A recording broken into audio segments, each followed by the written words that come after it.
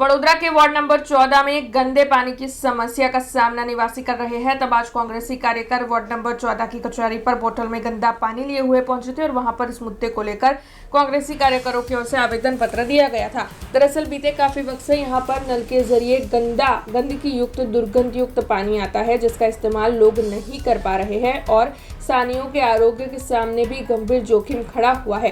खास तौर पर छोटे बच्चे और साथ ही बुजुर्गों को काफी दिक्कतें हो रही है। तब इस गंभीर समस्या को ध्यान में लेते हुए कांग्रेसी कार्यकरों की ओर से वार्ड नंबर 14 की कचहरी पर आज नारेबाजी करते हुए विरोध जताते हुए आवेदन पत्र दिया गया है और आवेदन पत्र के तहत पानी की लाइनों की तत्काल जांच, सफाई और साथ ही जरूरी मरम्मत करवाते हुए शुद्ध पानी पुरवठे को चालू करवाने की मांग साझा की गई है।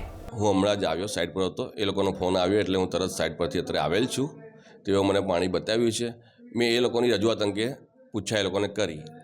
એ લોકો કહે છે કે વોર્ડ 14માં 5 પોળ છે, દરવાજા છે અને અમુક તમામ વિસ્તારમાં ગંદુ પાણી આવે છે। તમામ વિસ્તારમાં ગંદુ પાણી આવતું હોય એ શક્યતા નહીવત હોય।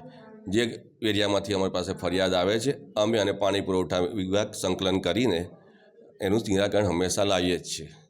અમે જનતા સેવક તરીકે નાગરિકોને ચોખ્ખું પાણી આપવા માટે બેઠા છે। જૂનો શહેરી ગાયકવાડી વિસ્તાર તો ઘણીવાર પ્રશ્નો ઊભો થતા હોય છે, જેનું નિરાકરણ અમે લાવીને ચોખ્ખું પાણી હંમેશા પ્રોવાઈડ થાય કે ભાઈ દરેક નાગરિક પહોંચે એ અમે હંમેશા પ્રયત્ન કરતા રહેતા હોય છે। મેં તેઓને એમ જણાવેલ છે કે ભાઈ અમને તમે સ્થળો આપો તો અમે કામગીરી હાથ ધરી શકીશું। હું આખા વોર્ડમાંથી એક સાથે કામગીરી હાથ ધરી શકવાનું નથી। સ્થળ પર્ટિક્યુલર હોય કે ભાઈ આ પોળ છે, પેલી પોળ છે કે આ વિસ્તાર છે, તો અમે વિસ્તારમાં અમારી રીતે એનો સર્વે કરીને જે જરૂરી કામગીરી હાથ ધરીને ચોખ્ખું પાણી નાગરિકોને પૂરું પાડીશું। વોર્ડ નંબર 14ની વહીવટી કચેરી છે, વડોદરા શહેરના મધ્યમાં આવેલી કચેરી છે। આજે વાડી જૂનો વિસ્તાર 5 પોલ જે જૂનો વિસ્તાર કહેવાય છે, જોડે જોડે મુસ્લિમ વિસ્તારમાં પણ દરેક જગ્યાએ પાણી ગંદુ આવે છે। ગંદુ પાણી એટલે તમે હમણાં તમારા મીડિયાના માધ્યમથી લોકોને બતાવ્યું છે કે એટલું ગંદુ પાણી છે જાણે બ્લેક વોટર લાગતું હોય। આજે અહીંયા વિસ્તારમાં લોકો ગરીબ અને મધ્ય વર્ગના લોકો રહેતા હોય તો એ માત્ર રોડ, રસ્તા, ગટરની વ્યવસ્થા માગતા હોય તમારી જોડે, તમે એ ના આપી શકો।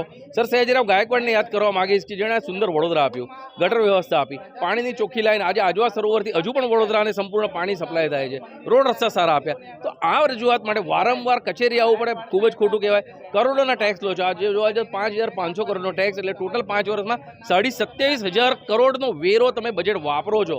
એ બજેટ કોની માટે વાપરો છો? માત્ર ભ્રષ્ટાચાર કરવા માટે?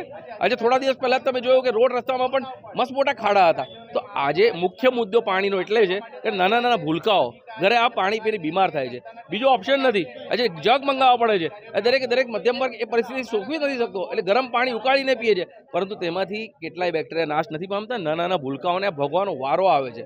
આવનારા દિવસોમાં આ જ તંત્રને અમે રજૂઆત કરીએ છીએ કે તમે જો આના પર પગલાં નહીં લો તો આવનારા દિવસોમાં ભૂંડી હાલત તમારી કરીશું, કારણ કે આ અહિંસક આંદોલન ગાંધીજીને માર્ગે ચાલે છે, પણ કોંગ્રેસના સરદાર અને કોંગ્રેસના ભગતસિંહ પણ હતા, એની અમારી જવાબદારી ના નિભાવવી પડે, એની કાળજી તમારે લેવાની જવાબદારી છે। हमसे जुड़े रहने के लिए हमारे YouTube चैनल को सब्सक्राइब करें और नई वीडियो की नोटिफिकेशन के लिए बेल आइकॉन को दबाएं।